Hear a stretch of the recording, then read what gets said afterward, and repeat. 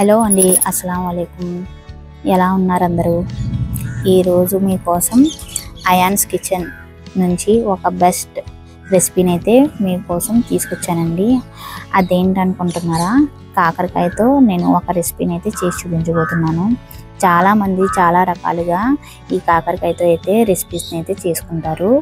కానీ నేను ఈరోజు ఈ కాకరకాయ చాలా చేదుగా ఉండడం వల్ల పిల్లలు అయితే దీన్ని తినరండి.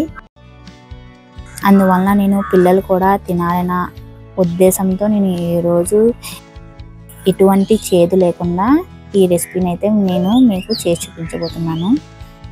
దానికోసం ముందుగా ఈ కాకరకాయల్ని పైన ఉన్న గరుగ్గా ఉన్న దాన్ని అయితే నేను తీసేస్తున్నానండి ఈ చాకుతో.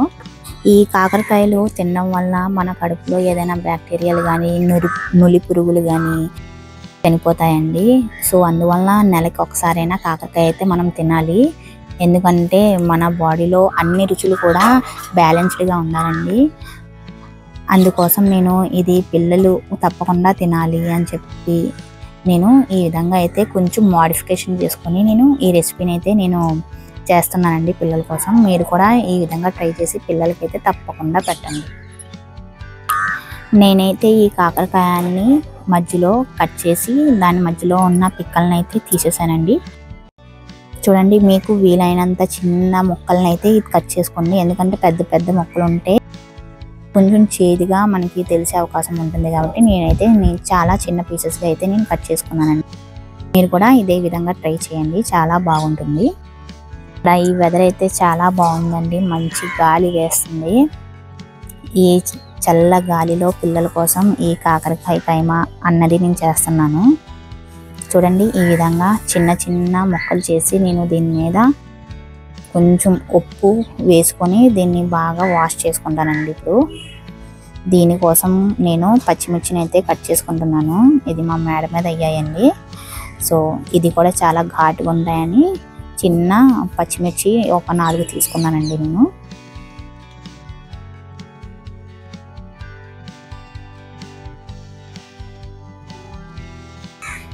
మరి మీకు పచ్చిమిర్చి ఘాటిగా అనిపిస్తే ఒక 2-3 వేసుకోండి, చాలు, సరిపోతుంది.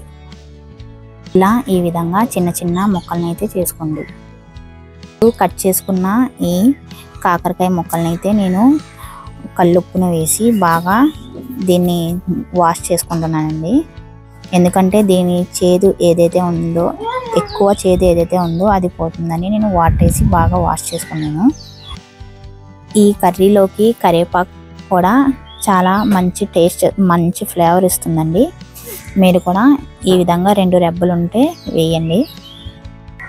చూడండి ఎంత ఫ్రెష్గా ఉన్నాయో. ఇది మా అత్తయ్య గారు చాలా ఇష్టపడి వేశారండి. రెసిపీ తయారు చేయడం కోసం మనం ముందుగా పాన్ బాగా వేడెక్కనివ్వాలి. దాంట్లో ఆయిల్ వేడెక్కిన తర్వాత మనం చిన్న పీసెస్గా చేసుకొని పెట్టుకున్న పై ముక్కల్ని అయితే బాగా ఎర్రగా వేగనివ్వాలి. గుర్తుపెట్టుకోండి, ఇది బాగా ఎర్రగా వేగితేనే మనకి కర్రీకి మంచి ఫ్లేవర్ అయితే వస్తుంది. ఈ ఉల్లిపాయ ముక్కలు త్వరగా ఎర్రగా అవ్వాలంటే కొంచెం సాల్ట్ వేసి నేను ఇంకా బాగా ఎర్రగా వేగేలాగా చేసుకున్నాను. దీంట్లో కొద్దిగా అల్లం వెల్లుల్లి పేస్ట్ వేసి బాగా ఎర్రగా వేగనివ్వాలి. ఇది పచ్చివాసన పోయేంత వరకు వేగనివ్వాలండి. అప్పుడే ఈ కర్రీకి మంచి టేస్ట్ అయితే వస్తుంది. దీంట్లో మనం చెట్టు నుంచి కోసుకొని తెచ్చుకున్న కరివేపాకుని అయితే నేను వేసుకుంటున్నాను. ఇది మంచి ఫ్లేవర్ అయితే ఇస్తుందండి ఈ కర్రీకి. దీంతో పాటు పచ్చిమిర్చి ముక్కల్ని కూడా నేను వేసుకున్నాను. ఎందుకంటే ఇది కూడా ఫ్రై అయితే చాలా బాగుంటుంది. మనం వాష్ చేసి పెట్టుకున్న కాకరకాయ ముక్కలు కూడా వేసుకున్నానండి. దీంట్లో కొద్దిగా కారం, కొద్దిగా ఉప్పు, కొద్దిగా పసుపు కూడా వేసుకొని దీన్ని బాగా కలపాలి. సరిగ్గా అన్ని ముక్కలకి పట్టేలాగా కలుపుకోవాలండి. దీనిలో కొద్దిగా వాటర్ వేసి మగ్గించుకోవాలి. ఇలా మగ్గించుకోవడం వల్ల కాకరకాయ ముక్కలు కాస్త మెత్తపడతాయండి. మెత్తపడి దీంట్లో కొంచెం చేదుగా ఉంటుంది కదా, అది బయటకు వచ్చేస్తుంది చేదన్నది. ఇది మగ్గేంత వరకు మనం దీంట్లో కావాల్సిన మసాలాని నూరుకుందాం. ఈ మసాలాని ఎలా రెడీ చేసుకున్నానో చూపిస్తాను రండి. దీంట్లో కొద్దిగా ధనియాలు, కొద్దిగా దాల్చిన చెక్క, 2 ముక్కలు అనాస పువ్వు, లవంగాలు కొద్దిగా, మరికొన్ని 4-5 యాలకులు కూడా నేను వేసుకున్నానండి.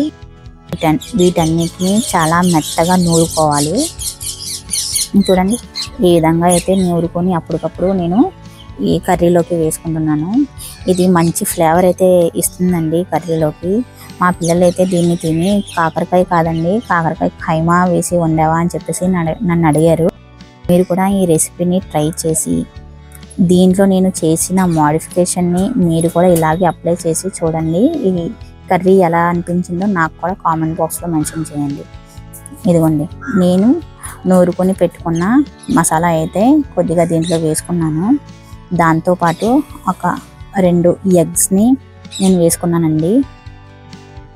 చూడండి మనం ముందుగా నీళ్ళు వేసుకున్నాం కదా, అది బాగా ఆరిపోయిందండి. అందువలన నేను దీంట్లో కొద్దిగా 2 గుడ్లు అయితే నేను వేసుకొని బాగా అక్కడికక్కడే కలుపుకొని పెట్టుకున్నానండి. దీంట్లో పైన ఇది ఆరిపోయిన కాకరకాయ ఏ ముక్కలు ఏదైతే ఉందో అది పైకి వేసేసుకోవాలి. ఈ విధంగా ఇది బాగా ఫ్రై అయిపోతుందండి మనం వేసుకున్న ఆయిల్లో. అప్పుడు బాగా దీన్ని కలుపుకోవాలి. ఇది చూడడానికి మీకు ఎగ్ బుర్జీ లాగా కనిపిస్తుంది, కాకపోతే అది వేరండి ప్రాసెస్, ఇది వేరు. ఇలా ఒకసారి మీరు కూడా ట్రై చేసి చూడండి. చూడండి ఇలా ఈ విధంగా అయితే నేను సెట్ చేసుకొని పెట్టుకున్నానండి పాన్లో. అంటే సెట్టింగ్ అంటే బాగా అంతటా ఇలా పేర్చుకొని పెట్టుకోవాలి. మీరు ఇలా సిమ్లో పెట్టి వదిలేసేయండి. చూడండి ఆఫ్టర్ 5 మినిట్స్ ఇది ఏ విధంగా అయితే ఫ్రై అవుతుందో కింద ఇలా ఎర్రగా అయితే రావాలండి. ఇలా ఈ విధంగా కాకరకాయ ఎర్రగా ఫ్రై అయితేనే మీకు చేదన్నది తగ్గుతుందండి.